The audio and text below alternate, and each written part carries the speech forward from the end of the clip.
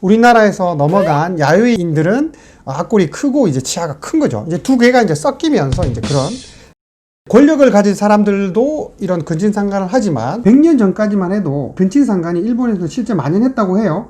그래서 사실 이런 근친혼의 문제는 메이지 유신 이후에는 금지되었다고 합니다. 그래서 현재는 이제 일본에서 그 당시에 얼라인 테크놀로지 코리아에 있는 분이죠.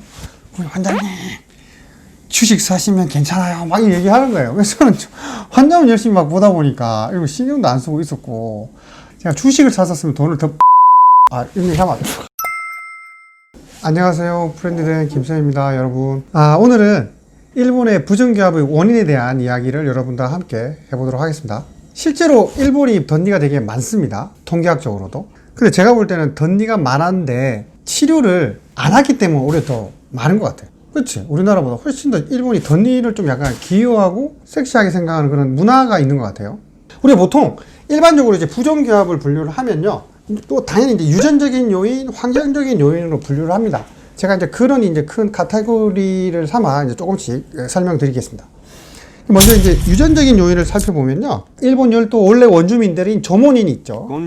그리고 우리 한반도에서 넘어간 야요인이 있습니다. 그래서 그 야요인과 이 조모닌이 결합하면서 혼합된 혈통이 되는 거죠. 이제 조모닌 혈통은 앞골이 원래 작고 치아도 작고 이렇게 작은 민족이었고, 우리나라에서 넘어간 야요인들은 앞골이 크고 이제 치아가 큰 거죠. 이제 두 개가 이제 섞이면서 이제 그런 덧니가 많은 이제 부정기업의 빈도가 높게 발생된다라는 이제 유전적인 그런 어떤 학설을 주장하는 일이 정설이고요. 그 다음에 이제 또 다른 이제 유전적인 원인으로 얘기하는 게 열성 유전자의 발현이라는 게 있어요. 이게 이제 주로 이제 근친상간이죠. 우리도 이제 뭐 직계가족이나 이런 친척들과 이제 결혼을 절대적으로 안 돼요. 쉽게 유전학적으로 이런 어떤 근친상간을 하게 되면 열성 유전자가 굉장히 발현되게 됩니다. 그게 실제로 영국에서도 그런 일이 생겨서 영국 왕가에서도 이런 주걱턱이나 이런 부정기업의 빈도가 심하게 열성 유전자가 발현된 예도 있죠. 권력을 가진 사람들도 이런 근친상간을 하지만 100년 전까지만 해도 근친상간이 일본에서 실제 만연했다고 해요. 그래서 사실 이런 근친혼의 문제는 메이지 유신 이후에는 금지되었다고 합니다. 그래서 이제 현재는 이제 일본에서도 이제 사촌부터 혼인을 이제 허용하고 있다고 합니다.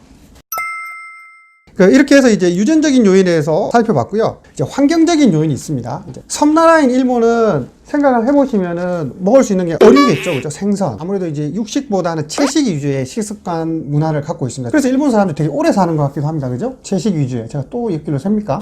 죄송합니다. 아무튼 이 섬나라 이제 일본은 식습관으로 인해서 아무래도 활동을 적게 하기 때문에 이제 점점 작아진다는 이제 이런, 작으면서 이제 치아들이 이제 삐뚤어지겠죠. 이런 이제 썰도 있습니다. 그래서 실제로 675년에 덴무텐노가 불교를 국교로 하면서 육식을 금지령을 내렸어요. 그래서 이제 19세기 후반에 이 메이지 유신 이후에 이제 이러한 육식 금지령이 해제되면서 일본인들이 비로소 육식을 먹었다고 해요, 진짜. 뭔가 150년밖에 안 되더라고요. 그 다음에 이제 또 환경적인 이제 발음적인 구강 구조와 관계된 발음 문제인데요. 일본에 이제 그 가타카나, 히라카나, 일본어를 이렇게 발음을 하다 보면 구강의 쓰임새가 한국어와는 달리 일본어는 이제 받침이 없기 때문에 입의 움직임이 적고 내뱉는 소리의 발음들이 되게 많다고 합니다. 턱을 이제 위아래로 다 쓰지가 않으니까 당연히 이제 근육 발달이 적고 또 부정기업의 발생 빈도가 높다는 의견도 환경적 요인으로 설명되기도 합니다. 2012년에 얼라인 테크놀로지 재팬에서 일본인과 중국인, 미국인, 성인을 대상으로 이 덧니에 대한 관심도와 의향을 비교한 조사를 했는데요. 실질적으로는 그런 부정기업도 많고 심리적으로도 치아 건강적으로도 좋지 못하잖아요, 덧니가 있으면은. 그런데 일본인들은 그렇게 고르지 않는 치열에 거부감이 적다는 조사 결과가 나왔다는 거죠. 그러니까 교정에 대한 관심도나 치료에 대한 필요성을 못 느낀다는 거예요. 지난번 영상에도 말했지만 아이돌 출신 중에 그 이타노 토모미가 덧니로 굉장히 유명해서 덧니가 섹시하고 귀여움의 아이콘이 돼버린 거죠. 일본은 참 문화가 좀 독특하기는 해요. BBC 언론에서도 이게 불완전한 모양에서의 아름다움의 발견, 이런 이상한 논리를 우리나라에서도 한 1900년대 후반대, 그죠? 샵에 그 서지영이 덧니가 매력적이라고 해서 좀 어필된 적도 있죠. 아무튼 그래서 이제 덧니가 호감을 가는 인상이 되다 보니까 일본에서는 오히려 덧니를 만드는 치료를 했다니까요. 아무튼 제 피실로는 일본 치과 의사가 아무래도 너무나 이렇게 많다 보니까 그런 문화를 잘 아는 일본 치과 의사들이 살아나면 자구책이 아니었을까, 덧니를 만들어서 또 다른 수요를 창출하지 않았을까라는 저희 내피셜입니다.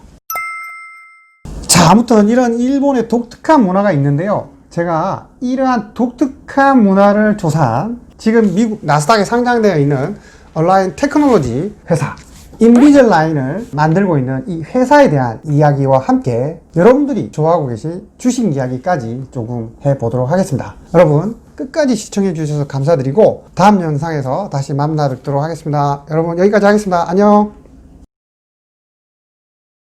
이 조사 역시 2012년에 온라인 테크놀로지 재팬에서 했더라고요. 그러니까 그 당시에 2012년이면요. 일본이랑 중국에는 온라인 테크놀로지 지사가 나가서 설문조사를 해서 아시아 퍼시픽에 깃발을 꽂은 거죠. 중국, 일본을 해야 되겠다. 근데 왜 한국을 오지 않았을까?